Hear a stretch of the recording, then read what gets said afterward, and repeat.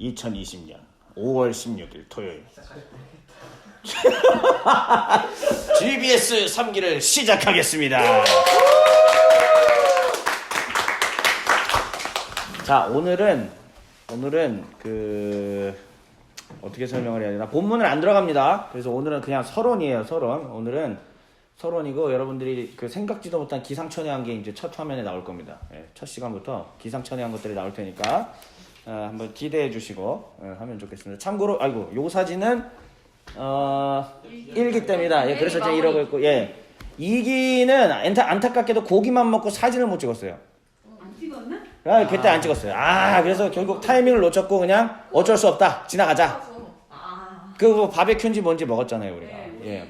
결국은 그래서 사진을 못 찍었습니다. 되게 대단히 안타깝게 생각을 하고요. 그래서 어쩔 수 없이 2기 사진 올리려다가 1기밖에 없어서 이렇게 3기는 꼭 사진을 남기도록 하겠습니다. 아줌마가 찍어줬나? 찍었다고요? 고깃집에서 아줌마가 찍어준 걸로 찍었는데? 찍었지. 다 안쪽에서 한 번 찍었는데. 갑자기 아줌마가 자기 핸드폰으로 찍은 자기 핸드폰으로 찍고 자기만 갖고 계신 건가? 예.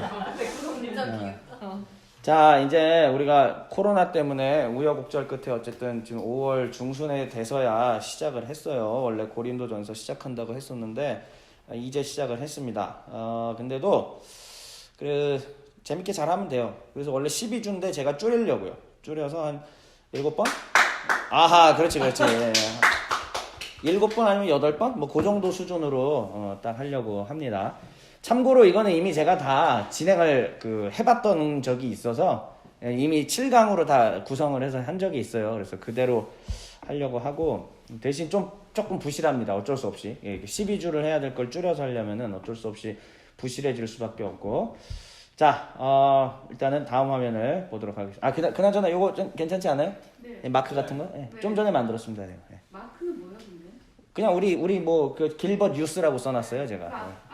요 길벗 청년부 우리 유튜브 채널 사진입니다 지금. 네. 몸을 돌려봐야겠다. 잘했어요 도장 아니야? 참 잘했어요 도장 뭐 그런 거예요. 그러니까 내가 이걸 자꾸 하는 이유가 뭐냐? 이걸 보고 자극 받으시고 여러분들이 훨씬 멋있는 걸 만들어 달라는 얘기죠. 자극을 안 받으면 로고 있는데. 자극을 로고 보여줘. 로고 있어. 저희가 지금 보니까 여기 있는 이 지체들이 몸을 좀 많이 돌려야 되는 상황이라 이걸 좀 약간 더 이렇게. 네, 그럼 목사님도 안 보이시니까 그냥 이렇게. 이렇게요? 이렇게? 네. 괜찮아요. 됐습니까? 그래서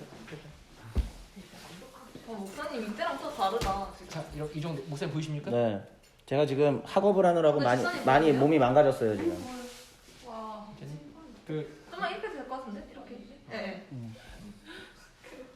자, 하여튼 뭐 알아서들 잘 보시고요. 다음 화면 넘어가겠습니다. 뿅.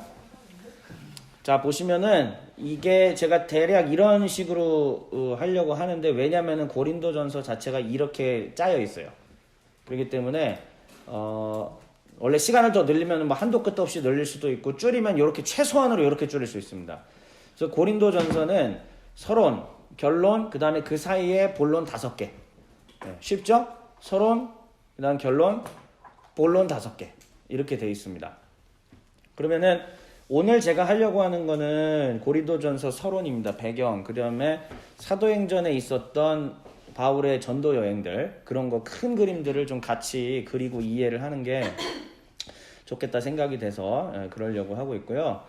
그 다음에 두 번째 본론 얘기들을 이제 보면 우리가 이미 작년에 제가 설교를 통해서 어느 정도 얘기를 했으니까 기억을 하실 거예요. 십자가의 지혜 기억나십니까? 벌써 소리 나왔어요. 십자가의 지혜가 뭐였는지 혹시 기억나세요? 사랑. 자, 하면 됩니다. 이제 앞으로 하면 돼요. 1장 18절. 예, 그렇죠. 조회장 잘난 척 하세요. 예. 자, 빨리 잘난 척 하세요. 십자가의 지혜.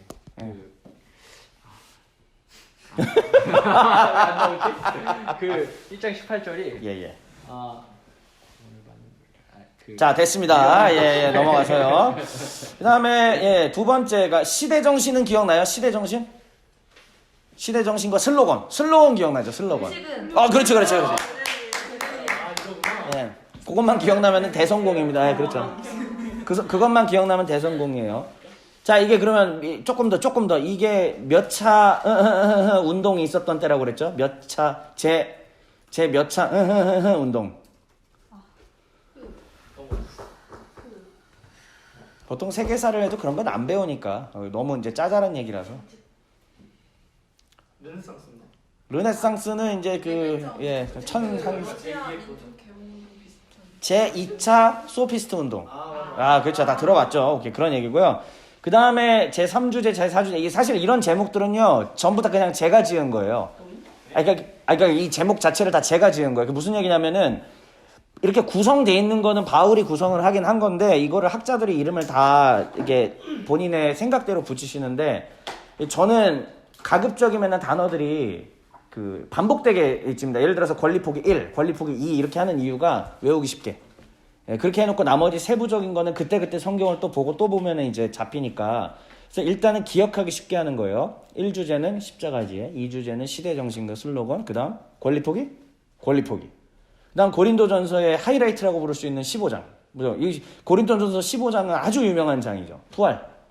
부활에 대한 얘기. 그리고 마지막 사랑. 이렇게 끝나는 겁니다.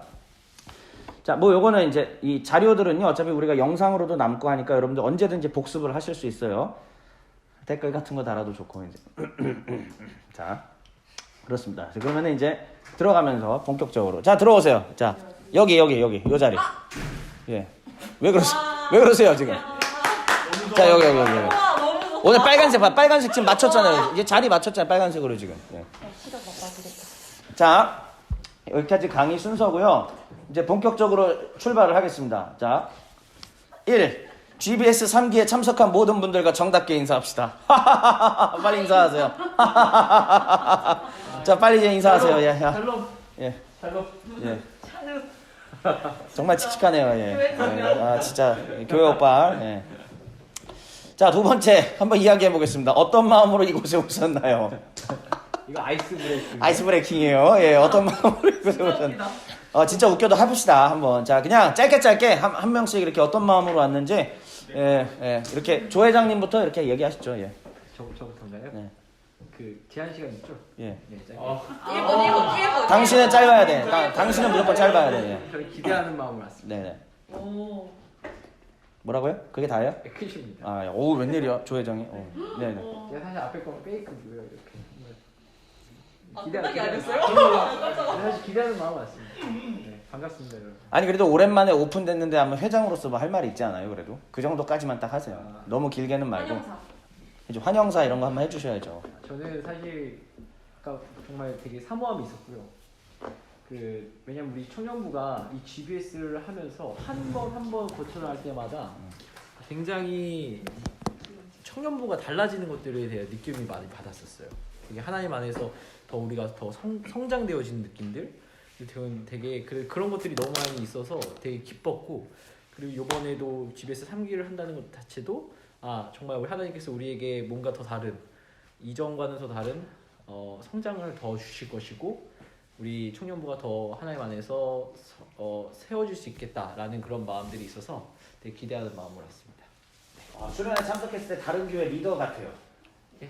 이렇게 그 조장 같았어요. 다른 교회랑 연합 수련회 같은 거. 예. 되게 조장. 샬롬. 예. 샬롬. 자, 그리고 그 말씀하실 때마다 제 전화기 녹음되는 걸 좀 옮기세요, 가까이. 예, 이제 교동이 아저씨. 강문경 기사님은 맨 마지막에. 예. 교동이 아저씨. 저는 근데 진짜 아무 생각 없이 일단 왔고요. 예. 오늘 나와 같이 이게 또 우리 노래 연습도 하고 좋았잖아요. 아 그쵸.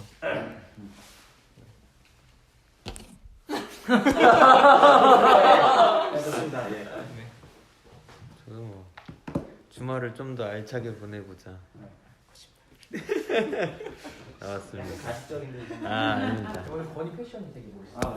이트 엄청 이쁘고. 네. 영국 신사네, 영국 신사. 그러네요. 영어와 국사에 미친 사람. 영어와 국사에 신들린 사람이 영국 신사예요. 옛날에 그렇구나. 옛날에 학원 선생님 중에 자기 그거 진짜 그걸로 이름 쓴 사람이 있었어요. 네. 망했겠다. 저도 기대되는 마음으로 왔습니다. 우리 윤영구 선생님입니다. 로션룰렛이야 뭐야 이거. 저는 그 딱딱 소리 내면은 그 녹음 너무 딱딱 소리 다 들어가. 조심해. 예. 저는 집 좀 나가고 싶어서.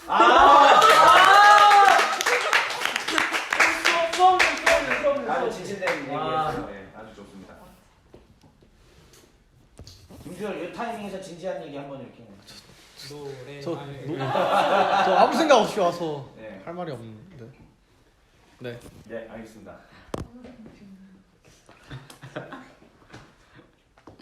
우리 윤영부 선생님, 예. 뭐요? 뭐 한마디라도, 아니 한마디라도 하셔야지 한마디라도. 생각을 안 했는데 그냥 계속 했던 거라서 뭔가 안 하면 아쉬울 것 같아서 왔습니다. 네, 좋습니다. 살 길이 필요했습니다. 네. 그냥 직장 1기부터 지금까지 네 주말은 교회를 위해서 배우고자 네 그러면 여기 강릉영 쌤 전달해 주세요. 내가 여기서 할게.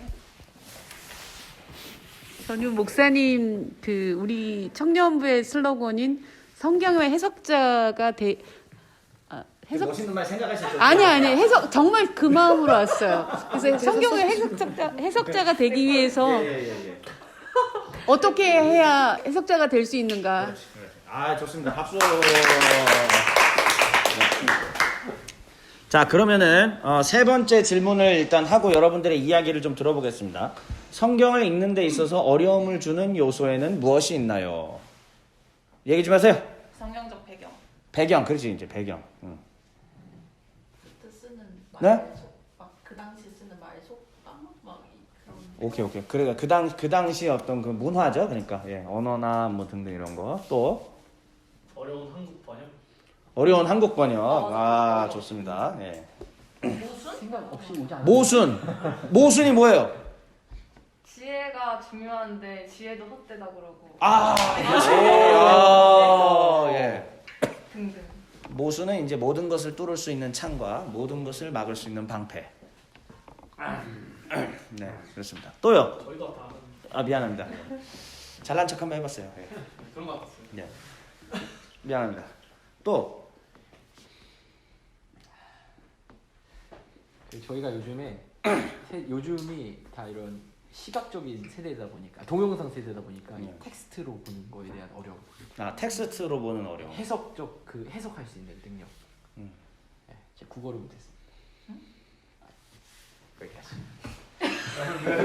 아니 근데 강문경 집사님 잠깐만 가만 있어봐. 강문경 집사님 옛날에 저기 그러니까 학생들 가르치셨었잖아요.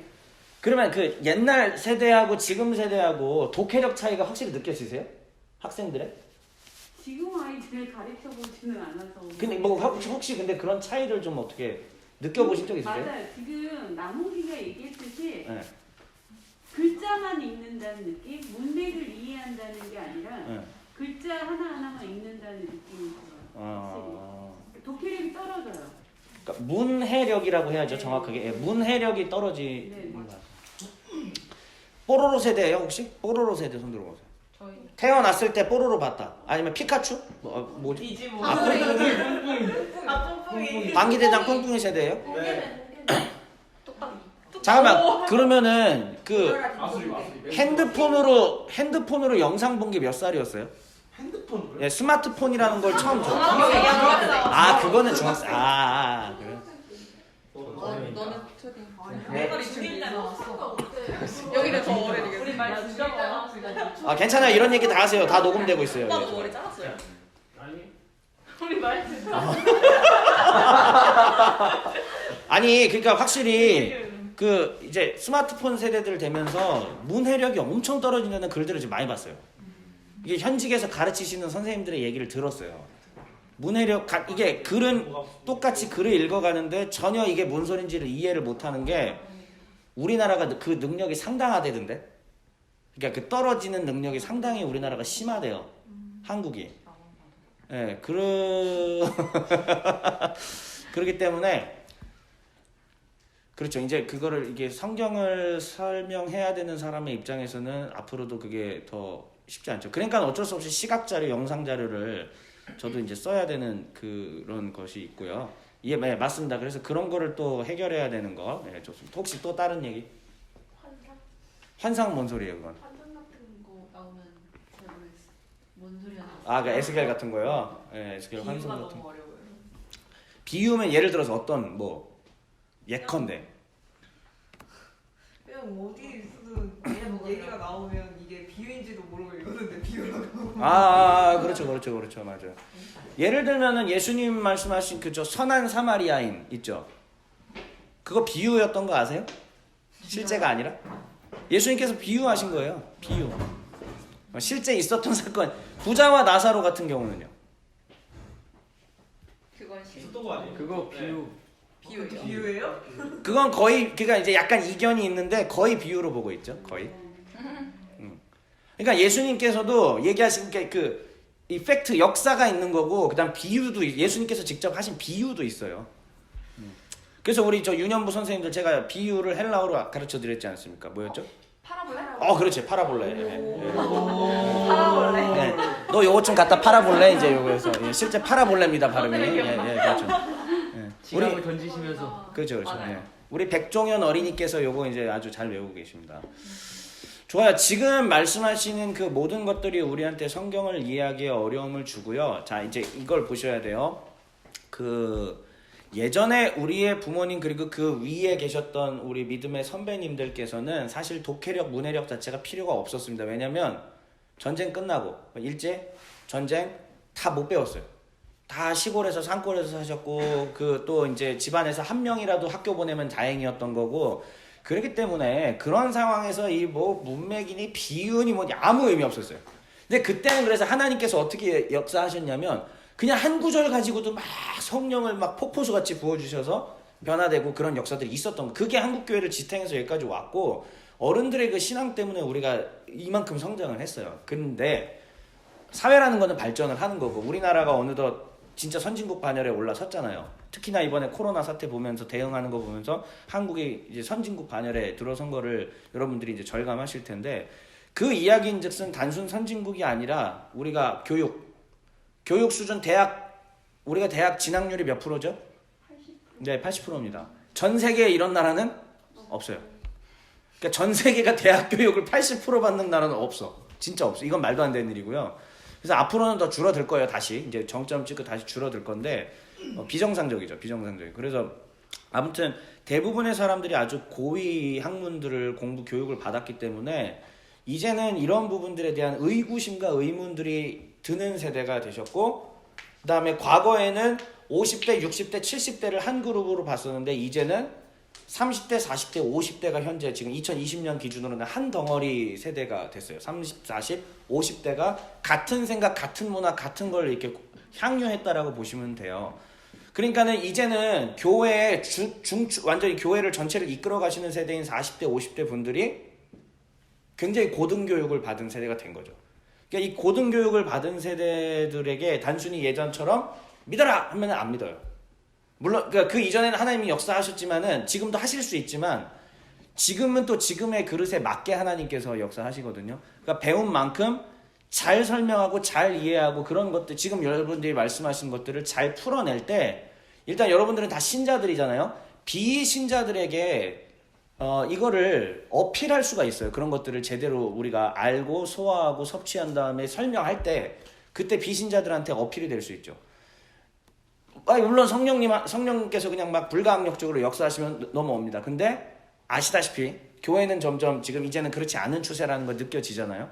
지금 우리 시대의 새로운 그릇에 맞으려면은 교회를 앞으로 이끌어가야 될 지금 20대 세대들이 지금부터 뭘 준비하셔야 여러분들이 30대 초까지 중반까지 뭘 준비하셔야 되냐면은 누구라도 교회에 왔을 때 내가 복음을 전할 수 있고 설명할 수 있는 어려운 거는 이제 목사님한테 토스를 한다 할지라도 누가 오더라도 복음에 대해서 어느 정도 그 다음에 이 성경에 대해서 합리적으로 접근해서 설명할 수 있는 것들을 하면은 참 좋겠다. 그거를 준비하는 것이 바로 GBS의 목적이기도 하다라는 거를 알아주시면 좋겠습니다. 자, 마지막이라고 하니까 끝나는 것 같네요. 절대 아직 들어가면서입니다. 자, 고린도전서에 대해 아는 만큼 이야기해 봅시다. 자, 아는 만큼 한번 얘기해 보세요. 13장 사랑장. 예, 13장 사랑장. 제가 부임하면서 처음 했던 설교죠. 아무도 기억 못 하겠지만. 네. 이 정도로 아닙니다. 그때는 되게 양복 입고 되게 멋있으셨는데 아 지금은 아니다. 내가 이 학업을 하면서 자꾸 몸이 망가지고 있어가지고. 아 예, 그런 의미. 올해만 끝나면은 내가 하루에 10kg씩 걸을 거예요. 저는 조금만 기다려. 올해 논문만 통과되면 좀 사람답게 살려고요. 제가 사실 외모 비하한 거 아닙니다. 자, 네. 그렇습니다. 맞아요. 우상. 우상에게 드린 재물 이야기 있었죠. 혹시 변수아님 몇 장과 몇 장인지 몇 장쯤이었는지 기억나세요? 아, 예, 알겠습니다. 미안합니다. 예. 네? 아, 됐어요. 자, 오케이, 알겠습니다. 또요. 우상 재물 뭐 그런 얘기 나왔습니다. 또 다툼. 예, 쌈박질. 예, 쌈박질. 좋아요. 또 되게 물란한. 오케이, 문란한. 좋습니다. 또 두 번째 편. 예? 두 번째 편. 두 번째 편지. 어이구. 전달이 안 돼. 2차 정도. 두 번째가 상황적 아니야. 맞아. 전달이 안 되고. 아 맞아. 사진 배웠는데. 여자들한테 그거 네. 잠잠하라. 잠잠하라. 오케이. 은사. 예, 은사. 무역한다. 뭐야, 무역이요? 무역의 도시. 그렇죠. 바닷가 도시 좋습니다. 예. 아 맞다. 상당히 많이 기억하네. 야. 아니 이게 다수의 사람들이 있으니까 하나씩 조각조각 정리. 아, 그렇지. 많아 보이는 예. 건데. 많은 게 없다. 근데 아니 진짜 청년부에서 성경에 대해서 이 정도만 알아도 이거 대단한 건데. 보통 교회 갔다가 딱 청년부 물어보면 이런 거 대답이 안 나와요. 진짜 안 나옵니다. 자, 한건이. 나 앞에서 다 말해가지고. 아, 그렇군요. 예, 알겠습니다. 자, 그러면 다음으로 넘어가 볼게요. 여러분들 이제 기상천외한 게 나옵니다. 자, 우리는 올해 이걸로 시작을 했습니다. 우리 길벗교회 표어로 시작을 했었습니다. 이제 지금 5월 달쯤 됐으니까 여기서 한번 돌아보자는 뜻이에요. 우리가 기도보다 성령님보다 앞서지 말자라고 했는데, 물론 이제 코로나라는 이 사상 초유의 사태를 맞이했죠. 그런데 그럼에도 불구하고 기도보다 성령님보다 앞서지 말자라는 교회 표어를 우리가 얼마나 기억하고 실천하고 있는지 한번 생각을 해보면 좋겠습니다. 우리가 그동안 뭐 기도도 잘 모일 수도 없었으니까 그러는데, 조 회장님 이제부터는 이 GBS를 통하여 하셔야 될 게 있습니다. 뭐죠? 저희가 기도에 더 집중해야 그렇습니다. 시간입니다. 예. 성경을 배운 다음에 그 성경을 배운 것만으로는 충분하지 않습니다. 기도함으로 하나님의 은혜의 체험들을 우리가 하는 시간들을 더 가지려고 합니다. 다음. 이거는 넘어가고. 자, 이거 얼마나 실천하고 있는지 한번 돌아봅시다. 자, 혹시 저기 맥체인 아직도 하고 계시는 분 계세요? 진짜 대박이다. 야. 진짜요? 네, 박수 한번 칩시다. 아니, 근데 중간중간 이런 거 점검을 해야 돼요. 하면 좋지. 아무래도 하면 뭐. 맥체인 성경 읽으니까 뭐 좋습니까? 조 회장님. 저는 사실 안전장치라고 저는 생각을 합니다. 그러니까 그 하루의 분량을 채우면서 그런 읽기표를 따라하지 않으면 안 읽더라고요, 제가. 그렇죠. 그래서 저는 제가 큐티나 맥체인은 제 신앙에 있어서 안전장치로 걸어놓는 거예요. 할 수밖에 없는, 매일마다. 그래서 저는 근데 사실 매일마다 은혜는 받진 않아요. 막 가슴이 뛰고 막 어떻게 살까 막 이런 생각 들지 않고 그냥 빠르게 넘기는 것도 되게 많은데 빨리 읽고 쉬어야 되니까 이제 빨리 읽고 일해야 되고 막 하니까 근데 되게 빨리 읽고 하기도 하는데, 그럼에도 불구하고 읽을 때마다 필요한 말씀들이 간혹 저한테 주시는 것들이 있더라고요. 그래서 이렇게 그렇게 하나님을 만날 수 있는 접촉점이 결국에는 그 말씀과 기도 예배밖에 없으니까, 그래서 참 그렇게 접촉할 수 있다는 것이 저에게는 참 좋았습니다. 네, 좋습니다. 자, 주삼 묵상집으로 매일 하고 있냐고 물어보면 좀 너무 민망하지. 잘하고 있죠? 저희 우리 청년부는 주일날 묵상집 가지고 나눔합니다.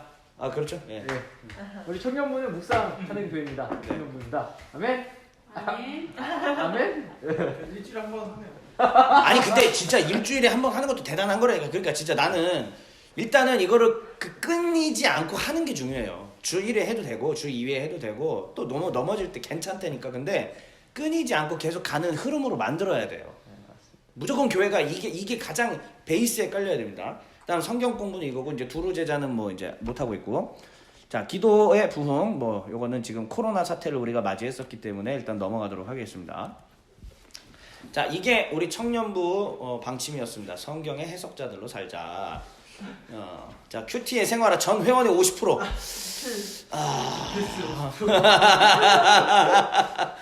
네. 저는 진짜 그런 꿈이 있다니까요. 앞으로 길벗교회 청년부에 많은 사람들이 영혼이 살기 위해서 이 청년부로 몰려들 그날을 꿈꾸고 있어요. 아멘. 진짜예요. 근데 여기가 그러면 영혼을 배고픈 사람들한테 밥을 줄 수 있고 목마른 사람한테 물을 줄 수 있는 곳이 돼야 되는데 그러려면은 뭐냐? 농사도 잘 짓고 있어야 되고 땅을 깊이 파서 물이 계속 나오게 해야 돼요.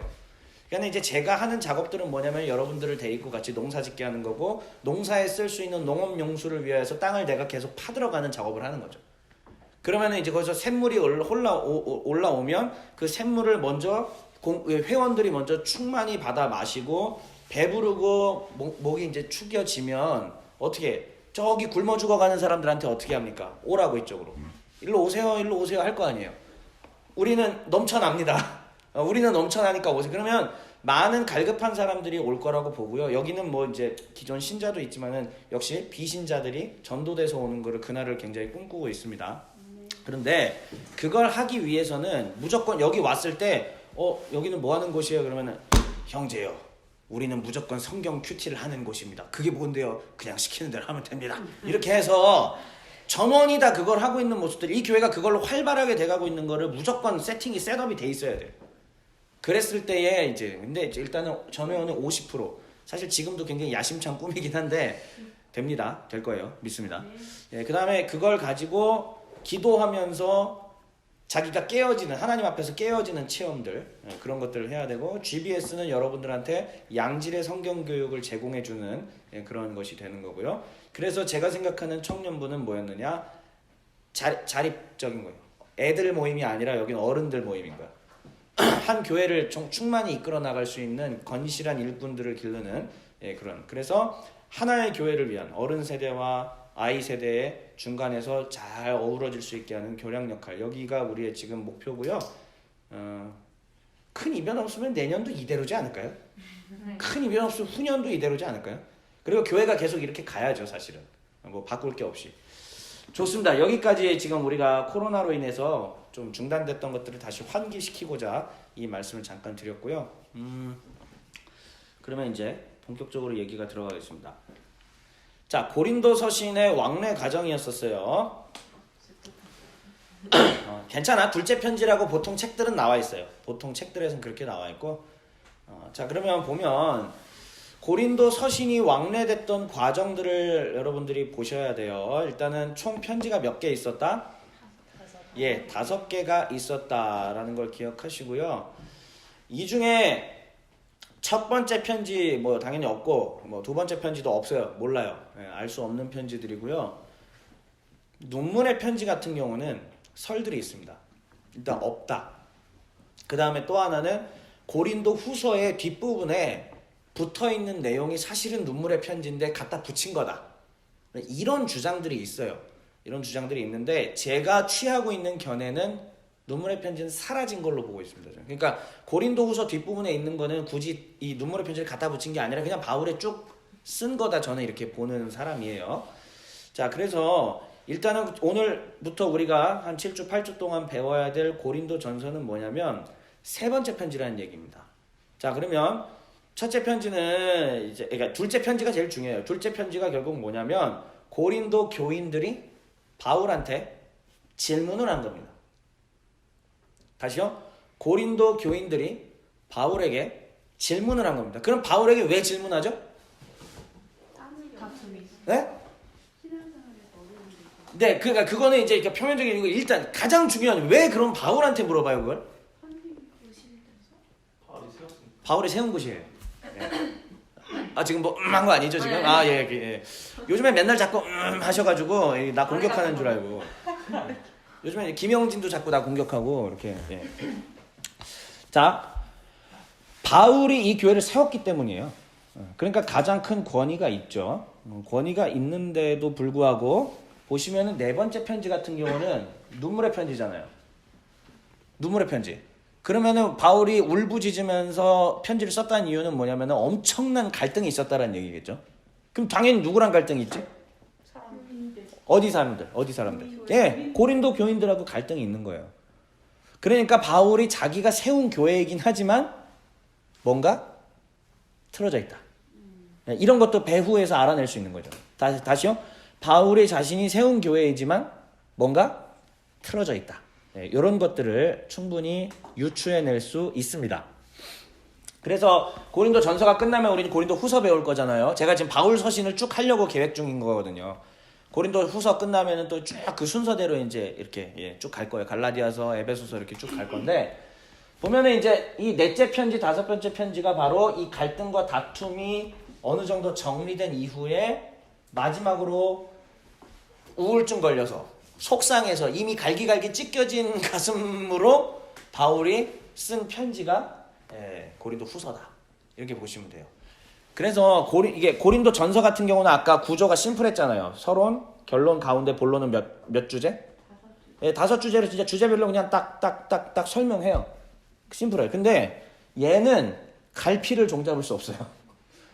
고린도 후서는 이게 무슨 얘기야 지금 이런 반응이 나올 거예요. 여러분들이 읽다 보면은 그래서 어쩌라고 못 알아듣겠네. 이랬다가 저랬다가 기뻐서 뭔가 이렇게 마음이 풀려서 쓰는 것 같다. 또 다시 이게 격동 속으로 막 이런 느낌. 자, 그러니까 그 크게 고린도 서신이 왕래 과정이 이랬다라는 걸 여러분들 알면 되고요. 거기에 대한 설명이 있습니다. 자, 이제 소리내서 읽는 시간들을 좀 가져볼게요. 자, 첫 번째 서신 우리 맨 앞에 계신 우리 박혜진님께서 한번 읽어주시죠. 고린도전서 이전에 바울이 고린도 교인들에게 보낸 편지로 현재 분실된 것으로 추정함. 네, 현재는 분실된 것으로 추정함. 그러니까는 고린도전서 5장 9절이라고 저기 써 있잖아요. 나중에 보시면 알겠지만은 바울이 일전에 내가 너희에게 쓴 바, 다시요. 일전에 내가 너희한테 쓴 바. 그러니까 이 성경을 읽다 보면 이런 부분들이 쓱 지나가는데 그걸 그냥 지나가면 안 돼. 그 얘기가 뭐냐면 바울이 고린도 교인들한테 뭔가 한번 쓴 적이 있구나. 그럼 그게 편지겠죠, 뭐 당연히. 근데 그거는 어디도 지금 전해지지가 않습니다. 한규동 혹시 저기 이런 거 발굴하러 한번 발굴 원정대로 한번 가봐요. 안 해요? 안 해요? 네. 그냥 옥전도사님 매니저 해요. 네. 유튜버 옥채 씨 저기 매니저. 네, 구독자 10만 넘고 나면 10만 넘고 나면 오케이 알겠습니다. 자, 둘째 서신 읽어주세요. 시작. 계속 하라는 뜻입니다. 고린도전서를 쓰기 전에 고린도 교인들이 바울에게 보낸 편지로 그 내용을 고린도전서에서 어느 정도 확인할 수 있고 현재 분실된 것으로 추정합니다. 네. 여기 보면은 고린도전서 7장 1절, 8장 1절, 12장 1절. 왜 전부 다 1절에 이 말이 써 있을까요? 왜 이걸 보면 1절에서 왜 답을 알 수 있다 이거죠? 네가 이렇게 질문한 것에 대한 답이다. 그렇지. 근데 그게 그러니까 깔끔하게 딱딱딱딱 구조가 짜여 있다는 뜻이에요. 다 1절에 있는 이유가 있는 거야. 짝짝짝 하고 구조가 짜여 있는 거지. 똑똑한데? 그래요. 자, 좋습니다. 그러면 세 번째. 고린도 교인들이 보낸 질문에 바울이 답변하며 그들이 직면하고 있는 교회의 여러 가지 문제에 대하여 목회와 신학적인 권면을 담아보낸 편지. 네, 5개 주제라고 했습니다. 지혜가 뭐였냐? 그러니까 자기 부인, 십자가의 지혜. 그러니까 지혜를 추구하는 도시 사람들한테 지혜의 개념을 바꿔주는 거예요. 그러면서 있었던 음행의 문제, 그다음에 치고받고 싸우는 문제, 우상에게 드렸던 재물 문제, 믿음이 강한 자와 약한 자의 문제, 교회 내에 있었던 여러 가지 그런 문제들을 가지고 바울이 논리 정연하게 탁 1, 2, 3, 4, 5 하고 답을 주는 거예요. 그러니까 고린도 전서는 굉장히 심플합니다. 구조도 심플하고 그래서 목회와 신학적인 권면을 담아보낸 편지다. 여러분 제가 얼마 전에 우리 밴드에다가 당연히 안 보셨겠지만 길벗 청년 전서라고 쓴 거 아세요? 네. 공원에서 산책하다가. 공원에서 산책하다가 봤어요? 봤어요. 쓰신 거 아니에요? 제가 공원에서 산책하다 썼나요? 아닌데. 장문의 그것 때문에 쓰신 거. 네, 아무튼 집에 쓴 거 같은데. 그래요? 장문의 카톡을 쓰셨어요. 그거 비면하는 바울. 네. 바울 쉽게 얘기하면은 영화 기법으로 따지면 오마주라는 기법이죠. 예. 오마주 기법을 써요. 바울의 그거를 바울 이제. 빙의. 예. 내가 바울이 된 듯해서 썼습니다. 그러니까 그게 목적이 여러 가지였어요. 실제로 우리 시대에 대한 것들을 알려주고자 하는 방향도 있었고, 바로 성경이 이런 흐름, 이런 배경에서 기록된 거다라는 거, 바울 서신들이 이런 배경에서 쓴 거다라는 걸 알려주고 싶었어요. 여러분들이 그 편지를 받는 순간에 이거 뭐야, 왜 지가 바울을 따라해, 막 이랬을 거 아니에요. 근데 그러면 앞으로 바울 서신들이나 다른 서신들을 보면 이해가 된단 말이야. 아, 이런 상황이었겠구나. 이런 상황에 필요해서 썼겠구나. 코로나19 같은 사태, 무슨 사태, 이 사건들 속에서 답이 필요한 거야. 답이 필요하니까 뭔가 써준 거죠. 좋습니다. 자, 넷째 서신 김시현님께서 읽어주세요. 바울이 고린도 방문 계획을 세웠으나 그 계획을 변경한 후 보낸 눈물의 편지로 현재 분실된 것으로 주장합니다. 네. 이게 이거 아주 그냥 골치 아픈 편지예요. 아주 골치 아파요. 바울이 이제 여행 계획을 이 루트로 가려고 그랬다가 이 루트로 바꿨어. 왜냐면은 고린도 한번 갔지. 그러니까 쉽게 얘기하면 이렇게 보시면 돼요. 이 원래 바울의 계획이 후사할 때 할 건데, 원래 계획이 고린도 한번 들렀다가 다시 이렇게 해서 2번을 방문할 수 있는 루트로 짰어요. 그 이전에 한 번 더 있는데 하여튼 그건 빼고 고린도를 2번이나 방문할 수 있는 걸 짰어. 그건 뭐냐, 내가 너희들을 사랑하고 내가 너희들을 아껴서 가서 말씀으로 잘 양육하고 목양하겠다는 마음인데, 바울이 고린도 갔어. 바울의 완전 극렬 반대파가 있는 거야. 진짜 극한 반대파가 있어. 극한 반대파. 근데 바울이 사람 아니에요? 그러니까 사람이니까 바울도 화나, 성질나. 근데 그걸 가지고 자기가 예수님의 길을 따라가는 사람인데 막 뚝배기를 깼겠어요 거기서? 못하잖아요. 그럼 그 속병되거든. 다 속병돼요. 그래서 그 속병을 안고 다시 2번 갈 계획이 이제 안 되고 그냥 해서 딴 길로 갔어. 그리고 다시 이제 돌아간 거죠. 그랬더니 또 그거 가지고 저거 막 사도가 돼가지고 말 바꾸고 이 거짓말쟁이고 막 물어뜯는 얘기들. 그런 것이 있어요.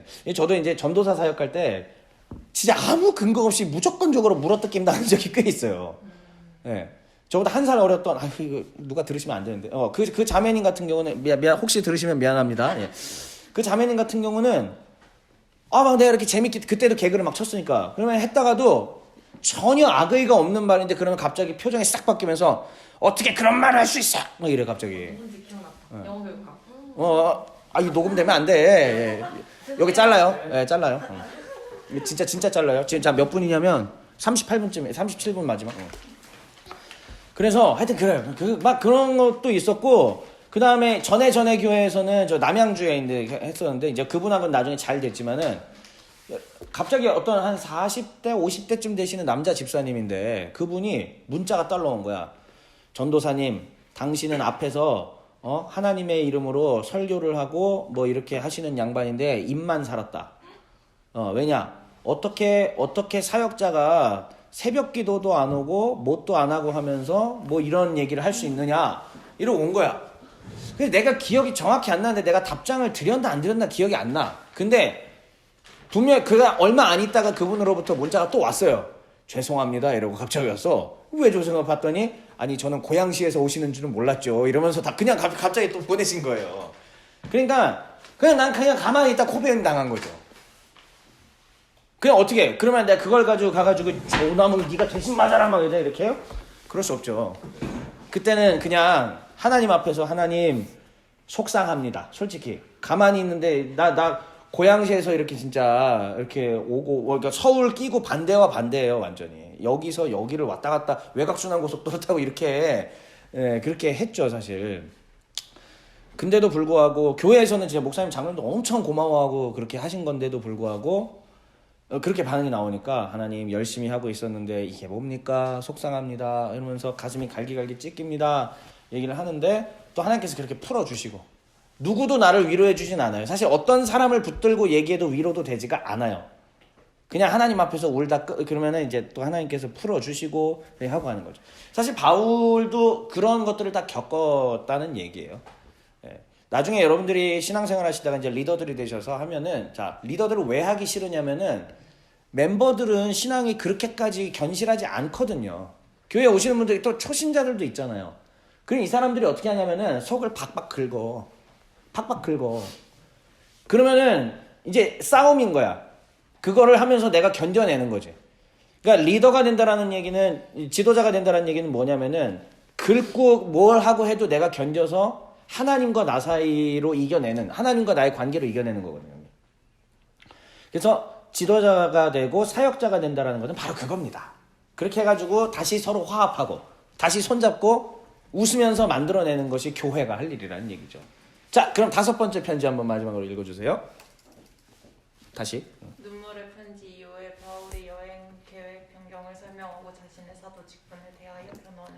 네, 이제 바울이 얘기를 하는 거죠. 내가 말이야 사실 그때 아니 생각해봐. 갔더니 대판 싸웠잖아. 그럼 내가 거기서 또 하하하고 희희낙낙 하겠냐? 이렇게 얘기하면서 그때 그랬는데 이해다오. 내가 너희들을 진심으로 사랑하는 거 알잖아. 알잖아. 왜 이래? 에이 우리 잘해 못하고 하는 게 고린도 후서예요. 그러니까 이 큰 흐름들을 이해하고 여러분들이 이 고린도 서신, 뭐 갈라디아서, 에베소 전부 이런 것들을 이 큰 그림들 속에서 이해하시면 좋겠다라는 겁니다. 그러니까 고린도 전서 후서는 감정골이 좀 있다라는 거. 갈라디아서도 감정골이 있고요. 로마서 없을 것 같아요. 지난번에 배웠던 감정골 있습니다. 거기에 분명히 감정적인 그 아픔들 골이 있어요. 근데도 바울은 그거를 잘 극복해 나가는 겁니다. 좋습니다. 자, 그러면 여기까지 이제 큰 화두를 처음에 던진 거고요. 이거를 이해하기 위한 배경, 백그라운드 지식을 여러분들한테 전수해 드리겠습니다. 뿅! 초기 사도 사역. 제가 그동안 사역하면서 만든 수많은 PPT 자료 중에서 이게 왜 이렇게 하시는 거예요, 지금? 아, 비춰가지고. 텔레비 화면에 자기 자신이 나왔다고. 예. 이 제가 만든 자료 중에서 이게 가장 마음에 드는 자료입니다. 이거 순수. 어디도 그 출처가 없어요. 카피라이트 완전 박지엽이야.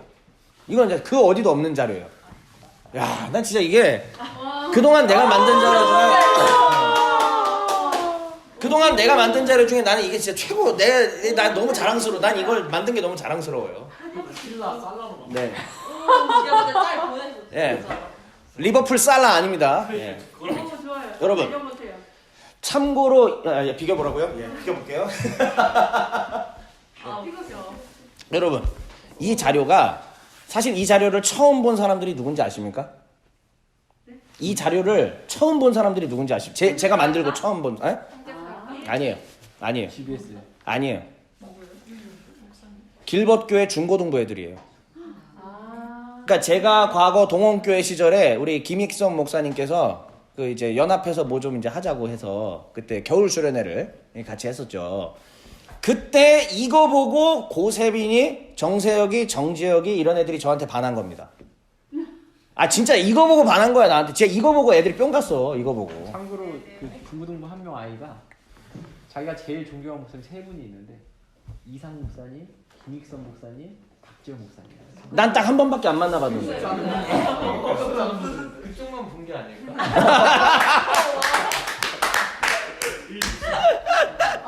근데 그게 맞아. 애들이 뭐 얼마나 많은 뭐 목사님들을 만나봤겠어요. 자기가 만난 사람 중에 그렇게 하는 거지 원래. 아 근데 확실해. 진짜 아니 오히려 내가 맡고 있었던 동원교회 애들은 아 저 목사님 또 저 이상한 개그에 또 저거 한다 이러면서 그냥 다들 진짜 나 아니야 전부 자. 아니 내 수련회 때 내가 설교하고 있으면 애들이 다 자. 동원교회 때는 그랬어요. 이걸 동원교회 출신들이여 들어라. 자 그래서 이 녹화된 방송 좀 듣고 반성하여라. 근데 길벗교회 남자애들이 눈이 동그래진 거야 이거 보고. 난리 났죠. 그때 이제 디도서 저희 전체 주제가 디도서여서 제가 디도서 가지고 성경 공부를 이제 2박 3일 동안 쭉 했어요. 근데 이거 보고 난리가 난 거야. 아무튼 자 이거 보시면은 이게 화살표도 여기가 되나? 잠깐만. 되네요. 자 여기 보시면은 센터에 예루살렘이라는 곳이 있고 예루살렘 그 다음에 안디옥이 있습니다. 자, 왜 예루살렘과 안디옥을 이렇게 놨을까요, 제가? 그러니까 예루살렘은 교회에 있어서 어떤 곳이에요? 교회로 따지면은 예루살렘이 어떤 곳이에요? 예, 완전히 그냥 처음 시작된 교회잖아요. 오순절 성령이 강림한 곳이 어디입니까? 처음에. 예, 예루살렘이었잖아요. 마가의 다락방이라고 불리는 그곳. 그래서 예루살렘 교회는 이후에 베드로나 이런 사람들, 그러니까 사도 중에서도 가장 권위 있던 사람들이 처음 시작을 해서 이제 나가시고 예수님의 동생이었던 야고보가 여기에 대빵을 맡았어요. 그러니까 예수님의 동생 야고보가 여기 대빵을 맡아서 예루살렘은 그러니까 쉽게 얘기하면은 그냥 지금 우리 그러니까 카톨릭이랑 하면 좀 어쨌든 카톨릭으로 따지면 로마 바티칸 교황청 같은 곳이라고 보시면 돼요. 그래서 여기서 모든 거를 최종 컨트롤하고 교회 결의사항이나 이런 것도 여기서 다 최종적으로 하는 겁니다. 자, 근데 예루살렘 오직 성령이 너희에게 임하시면 너희가 권능을 받고 예루살렘과 그다음 온 유대와 그다음 사마리아와 그다음 땅 끝까지 이르러 내 증인이 되리라고 하셨잖아요. 내일 유년부 예배 오시면은 이거에 대해서 자세히 배울 수 있습니다. 네. 내일 바울의 회심 장면이거든요. 보면은 예루살렘에만 복음이 머물러 있었단 말이에요.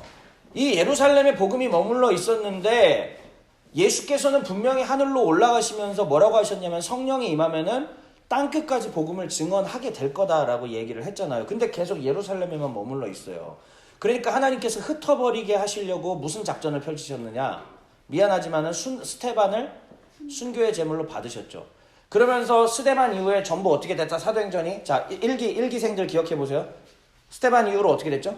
그 무렵에 왔던 걸로 기억하는데 스테반 무렵 때. 네, 김시현이 스테반 무렵 때 왔어요. 그때 싹 다 흩어졌어요. 뭐가 아니야.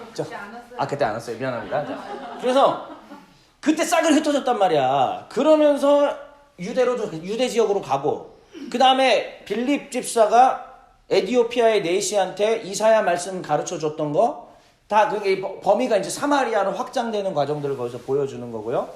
근데 예수님께서 분명히 말씀하신 건 뭐냐? 유대도 아니고 사마리아도 아니고 어디까지? 땅끝까지라고 얘기를 하셨기 때문에 그 복음이 땅끝까지 가는 확장되는 과정들을 보여준단 말이에요. 그러면은 땅끝이라면 이 입장에서는 어딜 것 같아요? 맞춰보세요. 네? 고린도? 땅끝이 지리적인 게 아니에요, 지금. 지리적인 걸 수도 있지만은 지리적인 걸 넘어서야 돼. 그 개념들이 다 들어있어요. 지리적 개념도 있고 지리적인 걸 넘어서는 개념도 있어요. 일단 이 당시 세계관으로 봤을 때 땅끝은 어디냐면 스페인이에요. 그래 말하려고 이제 미안합니다. 다시 하긴 김주현 이거 자르고 자 여러분 땅끝이 어디예요? 그러니까 이 땅끝이 스페인이란 말이에요. 스페인. 그러니까 이 당시 세계관으로 봤을 때는 스페인까지 가면 끝나는 거예요. 그러니까 바울이 뭐라 그러는 거예요? 내가 서바나가 이제 스페인이에요. 내가 서바나까지 가려고 하는데 돈 좀 줘. 헌금이 필요하다. 선교 여행하려면 선교 돈이 필요해. 돈 내놔! 이게 이제 바울의 얘기죠. 자, 뭐 꼭 그런 것만은 아니고. 그래서 서바나까지 지리적인 입장으로는 그럴 수 있어요. 그러니까 사도행전은 이미 땅끝까지 복음이 편만하게 펼쳐져 가는 걸 보여주었지만 근데 실제적으로 땅끝이라는 개념은 지리적인 개념 플러스 민족적 개념도 있죠. 예, 이방인이죠. 그러니까 단계가 이게 예루살렘 교회는 아직까지도 유대인 교회예요. 근데 하나님께서 말씀하신 이 구원의 범위가 유대인만일까요? 설마? 우리 로마서 배웠잖아요. 로마서 9장, 10장, 11장의 주제가 뭐였는지 미안합니다. 기억이 날 리가 없지. 잠깐만. 그래도 물어볼게. 로마서 9장, 10장, 11장 주제가 뭐였어요? 뭔 이스라엘? 그러니까 대박. 와. 나 진짜 너무 뿌듯해. 나 진짜 오늘 흥분했어. 이걸 어떻게 기억했지? 그러니까 수요 예배 맞지? 수요 예배 자주 오잖아. 근데 수요 예배 때 가끔씩 얘기하거든요. 그래요? 네. 착한 향기님과 함께 그 기둥 옆에 항상 앉으시잖아요. 네. 우리 엄마 선양. 착한 향기님. 카톡 이름이 착한 향기님이세요, 실제로. 선양 뜻이. 네, 임선향, 착할 선자에. 자, 그게 중요한 게 아니고 어쨌든. 그래서 로마서 9장, 10장, 11장은 새 이스라엘에 대한 얘기인데 그건 뭐냐면은 분명히 바울이 얘기했잖아요. 민족 이스라엘 시대는 아니라 이제 끝났다고. 누구든지 그리스도 예수 안에 있는 자들은 이제 전부 다 새 이스라엘이다. 그러면 사도행전도 당연히 뭘 보여줘야 되냐면은 인종의 개념을 넘어가야 되는 거야. 유대인만의 교회는 아무 의미 없는 거예요. 처음부터 하나님께서 유대인에게 율법을 주셨던 이유는 뭐냐면 유대인만 구원하시겠다는 게 아니야. 왜? 율법은 구원하는 능력이 없으니까. 율법은 구원을 주는 메시아께로 인도하는 데까지 역할이에요. 다시요. 율법은 구원을 주시는 주체인 메시아께로 인도하는 역할이지.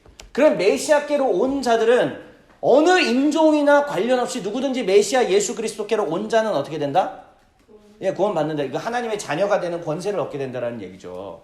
그러니까 이 범위가 이제는 사도행전은 뭘 보여줘야 되냐면 땅 끝까지 인종을 넘어서는 복음 전파의 과정들을 보여줘야 됩니다.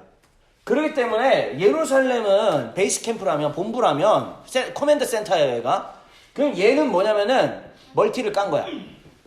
아, 이거 스타크래프트를 안 하니 이게 미안합니다. 나 이제 옛날 사람, 난 롤을 안 해서 내가 용어를 쓸 수가 없어. 이거를 몰라서 내가 미안합니다. 그냥 멀티를 깐 거야. 내가 여기 해처리 원래 본진이었는데 여기 이제 멀티 해처리를 깐 거죠. 내가 300원 주고. 그래서 여기가 안디옥 교회의 그럼 역할은 뭐냐면은 이제 안디옥을 기준으로 유럽 대륙을 바라보면 이제 바다로 딱 진출할 준비를 하는 거죠. 그래 이 안디옥 교회의 지도자였던 사람들이 누구냐면 5명의 지도자가 있어요. 이름을 내가 다 못 외워요. 근데 그 중에 2명만 알면 됩니다. 예. 바나바와 예. 제일 중요한 거예요. 그러니까 이 멀티 해처리를 깐 요곳에 지도자가 이제 5명인데 사실은 진짜 여기서 핵심 지도자가 누구냐면 바나바예요. 바나바가 원래 훨씬 더 나이가 있으시고 바나바가 총 책임자였는데 어느 날 갑자기 예수 믿는 예수쟁이들을 잡아 죽이던 사울이라는 젊은 청년이 변한 거야. 예수를 믿는데 못 믿지. 그래서 계속 검증하는 절차들을 갖죠. 근데 진짜야. 그래서 이 바울이 여러 가지 뭐 아라비아도 갔다가 이렇게 졌다 여차저차 한 다음에 자기 집 다소에 가서 10년 넘는 세월 동안 그동안 자기가 알고 있던 모든 유대교적 지식과 예수 그리스도를 만났을 때 받았던 계시의 환상과 이런 것들을 총 다 합쳐서 기독교를 정리해내는 거예요. 그 사이에. 그러니까 하나님이 바울을 선택한 이유는 이게 되는 사람이라서. 이게 안 되는 사람이라면 할 수가 없는 거예요. 그러니까 유대교 경전 달달달달 외우는 사람이잖아. 최고의 엘리트였단 말이야. 그러니까 그게 성령이 임하시고 예수님을 만나니까 기독교적인 이미지로 완전 다 그려진 거죠. 기존의 유대인들은 그걸 못 그려. 근데 바울은 하는 거야. 부활한 주님을 만났으니까. 그래서 다수에서 준비하고 있던 바울을 누가 데리고 와요? 바나바가 데리고 와서 이제 나랑 같이 일하자고. 그래서 안디옥 교회에 와서 일을 하기 시작했는데 5명의 지도자가 있었어요. 근데 갑자기 성령께서, 성경이 뭐라고 증언해? 성령께서 어떻게 얘기하시냐면은 바울과 바나바를 따로 세워라. 따로 세워서 이제 뭐를 하라는 얘기죠? 내가 원래 하려고 했던 거. 땅 끝까지 가야지. 땅 끝까지 복음 전파해야지. 원래 목적은 유대인이 아니야. 유대인은 시작이야. 가야 될 곳은 니들이 이제 앞으로 해야 될 건 내 증인이 되리라는 그 고백, 그 증언은 뭐냐면 땅 끝으로 가라는 얘기야. 주여 땅 끝이 어디니까? 가보면 알아. 내가 인도할 거야. 근데 그게 성경을 우리가 다 봤더니 지리적으로는 그 당시 개념으로는 서바나까지 생각했던 거고 근데 지리적인 걸 넘어선다는 개념이었어요. 이방인들이 주님 앞에 돌아오게 하는 거. 이방인들이 예수 그리스도께로 돌아오게 하는 거. 그 다음에 이스라엘 마지막으로 유대인들이 예수님 앞에 돌아오면은 진짜 이거는 초대박 진짜 땅끝이 터지는 거죠. 그래서 여기까지가 이 큰 구도들을 보시면서 자 보시면은 예루살렘 교회의 수장이었던 사람이 누구라고요? 야고보죠. 그 다음에 예루살렘 실질적인 맨 처음 대빵 당연히 예수님의 수제자 베드로죠. 천국의 열쇠를 받았던 아주 대단하신 분이죠. 야고보, 베드로 그 다음 이렇게 있고 그 다음에 바나바를 사실 원래 이쪽에 배치해야 되긴 하는데 이건 제 맘이에요. 그냥 제 축구 생각하면서 한 거라서 이해해 주시고 일단 보면은 요 바울, 실라, 누가, 디모데 이 4명이 2차 전도 여행 어벤져스 팀이에요. 요 4명이 어벤져스 팀이고요. 디도는 나중에 바울이 이제 크레타 섬에 보내서 크레타 섬 목회하게 했고 바나바는 안디옥에서 처음에 바울과 바나바가 처음 같이 출발했는데 이 뒤에 이제 나중에 얘기를 하겠지만은 바나바는 1차 선교 여행 한 다음에 그냥 구브로 섬에 머물러요. 싸워서? 그러니까 이제 뭐 바나바 조카였던 마가 여기 있잖아. 바나바 조카였던 마가가 말썽을 부리긴 했습니다. 그러니까는 바울은 나 이놈 새끼랑은 다시는 일 못한다고. 근데 바나바는 한 번만 봐줘. 그리고 좀 어린 애잖아. 같이 다시 일하자. 근데 바울이 나 못해먹어 나. 바울이 그래서 그냥 결렬을 했죠. 참 인간적이죠? 복음 사역을 하더라도 참 인간적이죠. 바울도 인간이에요 그냥. 그냥 인간이에요. 서로 싸우고 바나바는 자기 고향이었던 구브로로 1차 선교 여행지가 구브로 섬이에요. 그냥 바나바는 구브로 섬 갔어요. 그래서 구브로에 머무르고. 근데 구브로에는 이방인들이 없어요. 별로. 거의 없어요. 그러니까 바울은 나는 이방인의 사도로 부름받았다. 난 이방 지역 가야 돼. 나 여기 못 머물러.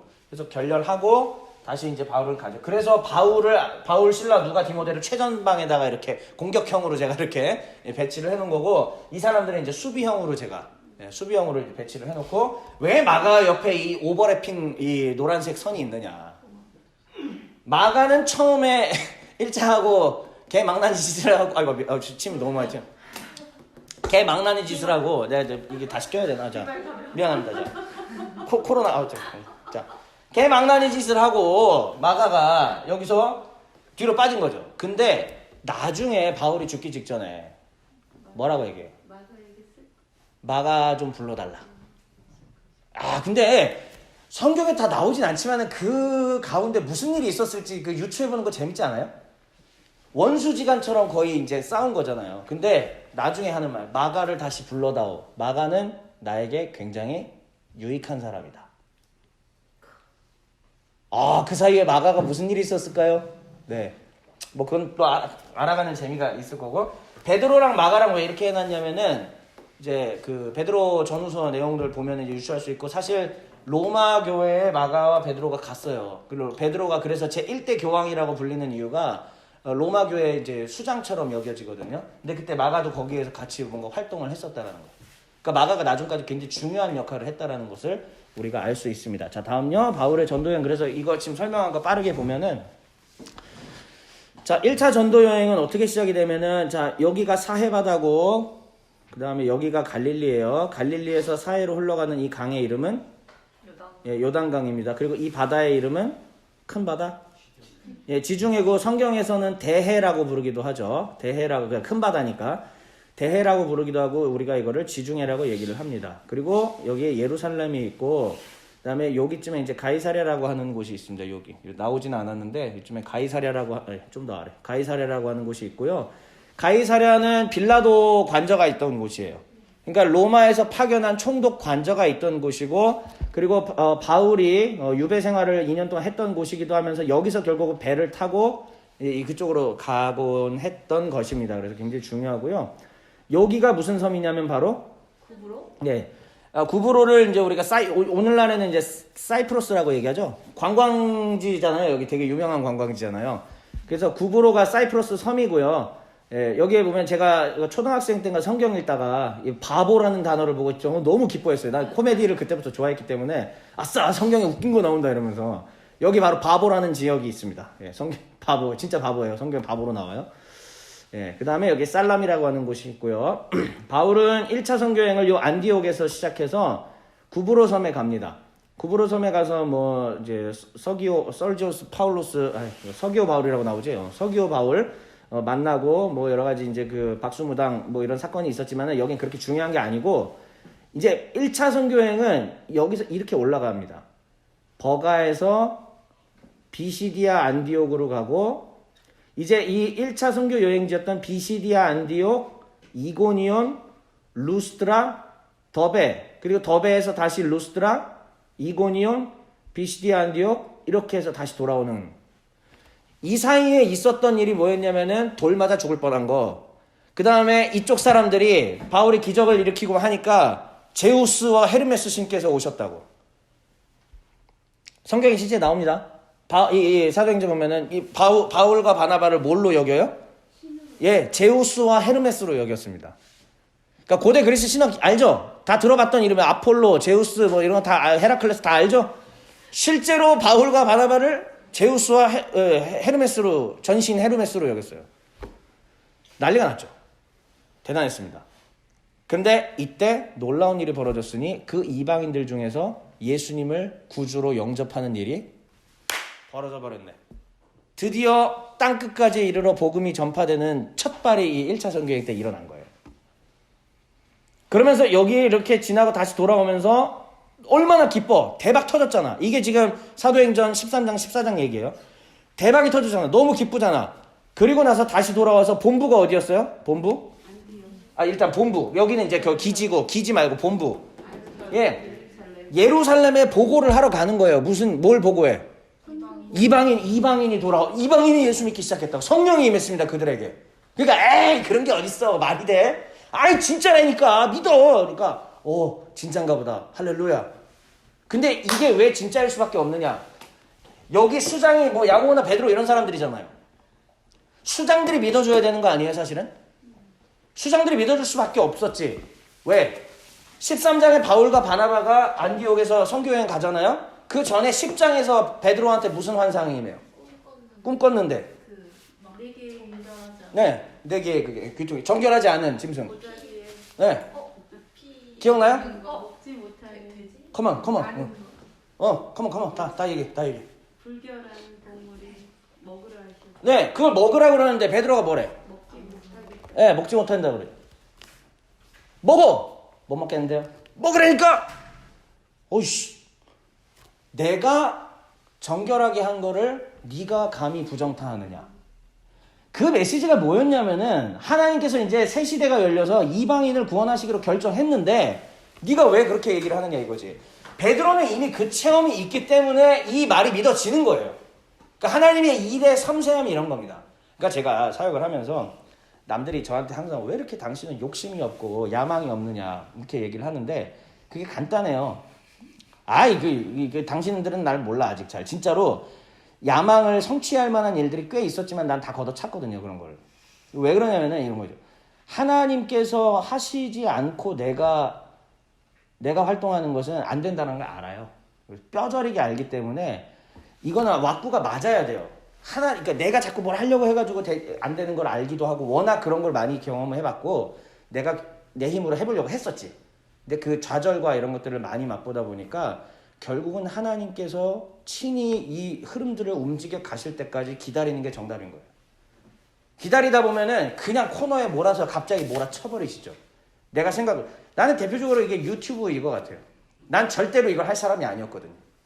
근데 유튜브 이전에도 내가 이제 청소년 사역을 했을 때도 청소년 사역 가만히 있으면 난 죽어도 안 해요. 일단 난 일하는 걸 싫어하기 때문에 안 해. 근데 일 벌리는 거를 당신들 난 아직 잘 모른다니까. 진짜야. 이거 그런 게 있어. 하여튼 교회에서 하는 모습만 진짜 일 벌리기 싫어하는데 강제로 왜 웃어? 왜 비웃어? 왜 비웃냐고 진짜.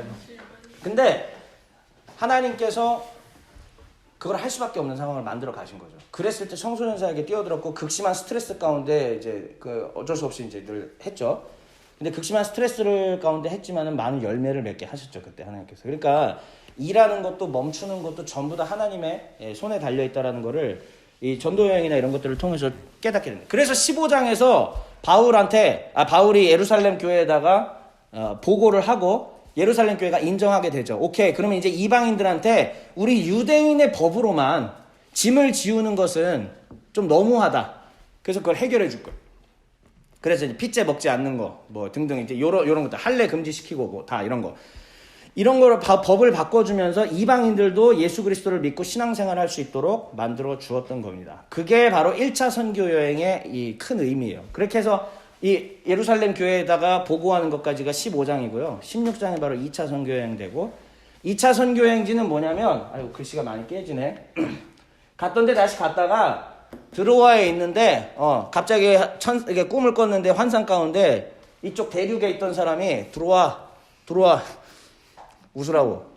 한관이 빨리 웃으라고. 들어와 이렇게 하는 거죠. 드로아에 있었는데 웃으라고요, 빨리. 자, 그래서 들어오라는 그 환상을 보고 바울과 그 어벤져스 팀들이 들어갑니다. 그리고 나서 첫 번째로 만났던 도시가 어디냐면 이 빌립보예요. 그러니까 제가 얘기했지만은 이 발칸반도는 어떻게 이해하셔야 되냐면은 발칸반도가 이렇게 행정구역이 3개로 나눠 있는데 세 번째 건 잊어도 되고 그냥 딱 이렇게 놓고 북쪽은 뭐? 북쪽, 그러니까 좀 넓은 미국의 주라고 생각하세요. 뭐 캘리포니아, 뭐 플로리다, 뭐 매사추세츠 이런 것처럼 주라고 생각하시면 북쪽의 주는 뭐다?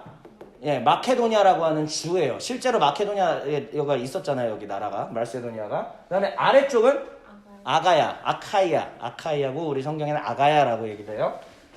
그래서 이 아래 아가야의 주도, 아가야의 제1도시는 고린도고요. 북쪽 마게도니아의 제1도시는 빌립보입니다. 오케이. 이걸 이해하시면 돼요. 이 행정구도, 이 배경을 이해해야 돼요. 반드시 이해해야 돼요. 다시요. 마게도냐의 주도는 빌립보. 그 다음에 요 아가야의 주도는 고린도입니다. 오케이, 좋아요. 그리고 요 지금 라인으로 에그나티안 도로라고 하는 로마까지 가는, 로마는 도로의 나라잖아요. 법과 도로의 나라잖아요. 법과 군사와 도로. 도로가 진짜 잘 돼 있었는데 이게 바로 이쪽으로 가로로 가로지르는 간선도로, 에그나티안 도로라고. 아주 유명하죠. 그 다음에 여기 아피안가도 이렇게 있고 되게 유명한 도로들이 있고, 사실은 근데 로마도 도로를 따라한 거죠. 원래는 페르시아죠. 예. 그러니까 원래 이제 모든 세계의 길은 어디로 통한다? 내가 이거 여기서 얘기했던 것 같은데, 모든 세계의 길은 어디로 통한다? 옛날부터 내려오는 속담? 로마로 향한다, 이런 말이 있잖아요. 근데 그게 다 따라한 겁니다. 사실 로마가 원래 모든 세계의 길은 페르세폴리스로 통한다. 예, 페르시아 원래 그거 거기서 나온 말이고요. 그걸 로마가 이제 차용을 해서, 왜냐면 페르시아가 워낙 대제국이었으니까 도로 이렇게 이런 식으로 이제 했던 거. 그래서 바울의 2차 선교 여행은 빌립보, 그다음에 뭐 여기 데살로니가, 베레아, 그다음에 아테네, 고린도, 그리고 다시 돌아오는 거. 근데 이 2차 선교 여행이 굉장히 중요했죠. 요거를 다 얘기하려면 이제 너무 길고, 그냥 핵심적인 것만 얘기하면은, 빌립보에서 주 예수를 믿으라, 그리하면 너와 내 집이 구원을 얻으리라, 전설의 사건. 예, 그게 있었고, 뭐 죽을 뻔했고, 죽었는데 살았고. 그다음에 아테네 와가지고 그 유명한 아테네 신전이랑 뭐 아폴로 그곳에서 바울이 예수님의 죽음과 부활에 대해 얘기하니까 사람들이 죽었다 다시 살아난다 이렇게 하는 겁니다. 네. 자, 미친 연기력 어땠어요 지금? 알겠습니다. 이게 이 당시에 이 로마인들에게 헬라 철학을 가졌던 사람들의 입장에서는 이 육은 육체는 그냥 소멸해가, 육체는 악한 거예요. 육체는 그냥 제일 미개한 거예요. 영이 가장 순결한 거고. 그런데 신이 육체로 왔다는 것 자체가 넌센스고, 근데 그 육체로 와서 죽었다는 거는 더더욱 미천한 존재인데 그가 다시 뭐 살아났다? 이거는 그냥 헬라 철학의 기준에서는 완전히 있을 수 없는, 그걸 다 그 당시 헬라 철학을 붕괴시켜버리는 이야기들이에요. 말도 안 되는 소리죠. 자, 그래서 하여튼 아테네에 그런 일이 있었고, 그 다음에 고린도에서 바울이 이때 만난 부부, 고린도에서 만난 부부. 네. 그렇죠, 이름 긴 사람이 뭐 그렇게 길진 않은데 그래도 예. 누구죠?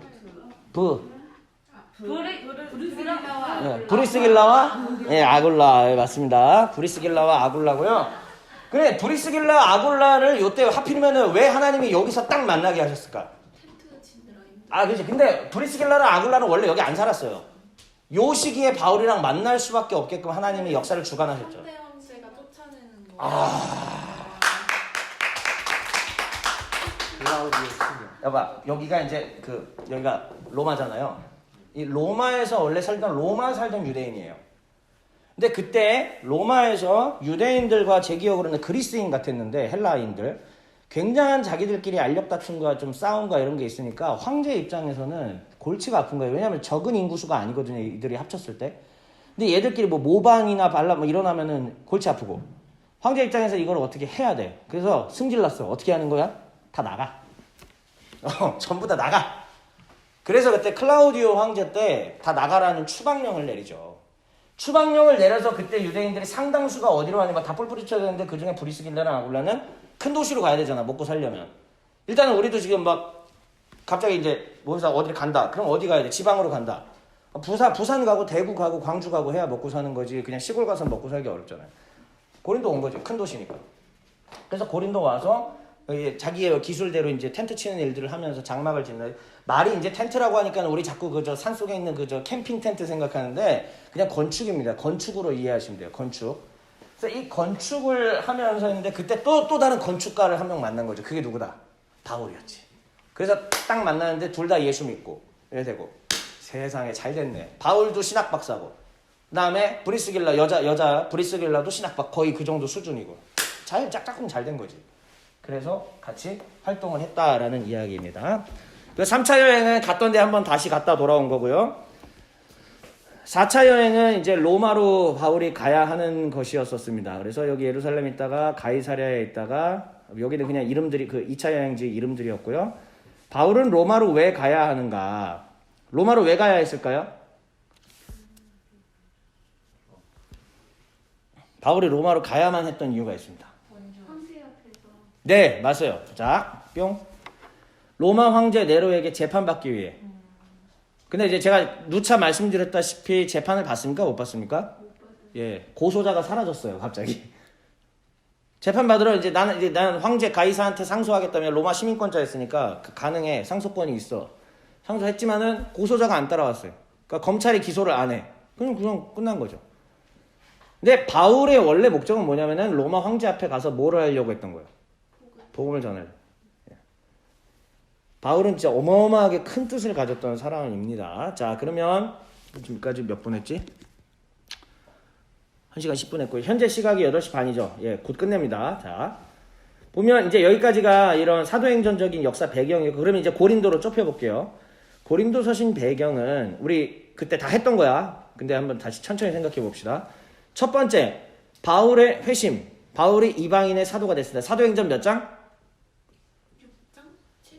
행응 하고 외우라고 했죠, 제가. 그렇지, 행구. 자, 사도행전 9장. 자, 다시요. 바울의 회심 몇 장? 네, 사도행전 9장입니다. 자, 그럼 퀴즈.